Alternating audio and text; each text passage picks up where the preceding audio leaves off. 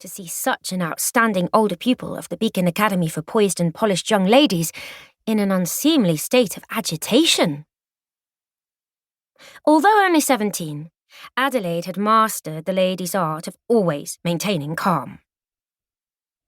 More impressively, at least to Winnie, who was 14 and rarely calm, Adelaide was brilliant at mathematics, logic, and stenography.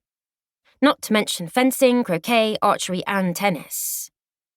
She also secretly rode a safety bicycle around London, in disguise, of course, a feat so daring, Winnie was made to promise on her mother's grave she'd never mention it. Adelaide hissed, "Sir Philip has paid a visit." "Sir who?"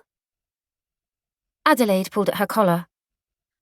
"Sir Philip Runcliffe Bowen, the Secretariat of the British World Fair Selection Committee. He wishes to speak with Master Freddie." Her eyes widened. Winnie dropped her precious tools, a tiny brass gear pinging into the air. "Good golly, it must be news about my Petit Prix application." Winning the Petit Prix for young inventors at the 1889 Paris World Fair was nothing less than Winnie's most ardent dream. It was barely 2 months away. She tugged at her plaits nervously. Adelaide twined her fingertips together. "Even if it's good news, his timing is dreadful. Headmistress will return from her visits within the hour." Winnie stood, her full skirt knocking over her chair. "I need a disguise, quickly. Help me transform from a Winifred into a Fred. Where are those boys' knickerbockers and cap you wear while cycling?" Winnie pulled open the top drawer of Adelaide's dresser.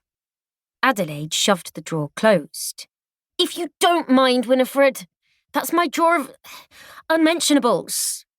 And my knickerbockers are supposed to be a secret. Besides, there's no time to dress up. Sir Philip is waiting in the parlour, hat in hand." Winnie smoothed the wrinkles in the sailor-style yoke of her Beacon Academy uniform. "Whose brilliant idea was it to enter the Petit Prix as a boy?" Adelaide let out a bitter snort. "As if there's any other choice. And it was your idea, as you know full well. I merely forged your father's signature for you." Winnie growled. "It's unfair and completely irrational that girls are not permitted to enter. Oh, save that familiar tune for another time. Right now, we need a plan." Adelaide dabbed her brow with a lacy handkerchief. "I know." Winnie raced to the door. "My darling brother Freddie is poorly with mumps, or dropsy. No, it must be a vile illness, like consumption." She pushed Adelaide towards the door.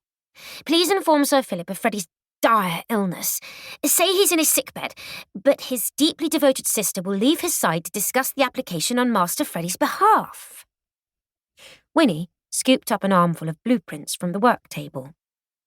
"I'll show him my designs, Freddie's designs. Would you carry the prototype?" "Cholera! Gracious heavens! Your poor dear brother," Sir Philip thundered. "Miss Weatherby, perhaps it would be best to withdraw Master Freddie's entry until, next year, assuming he—" Sir Philip, a wiry, upright man, grimaced and adjusted his cravat. His pale eye darted behind his tortoiseshell monocle. Winnie batted her hand. "Oh, please. Freddie is as tough as an India rubber ball. I've no doubt he'll be out of bed by week's end. Meanwhile, he begged me to demonstrate his invention to you." Sir Philip waved his hand dismissively. "No need, my dear. I've read his entry. While the idea has a certain charm—" "Thank you, sir." Winnie beamed and rocked on her heels. "I will be sure to pass on your compliment. The boot-button butler will make button hooks a thing of the past. While an antiquated button hook fastens one button at a time, his invention makes it possible to button up 10 boot buttons at once." She strummed her fingers across the 10 copper hooks inside her invention, which, in its previous incarnation, had been a humble kitchen whisk. Sir Philip blinked.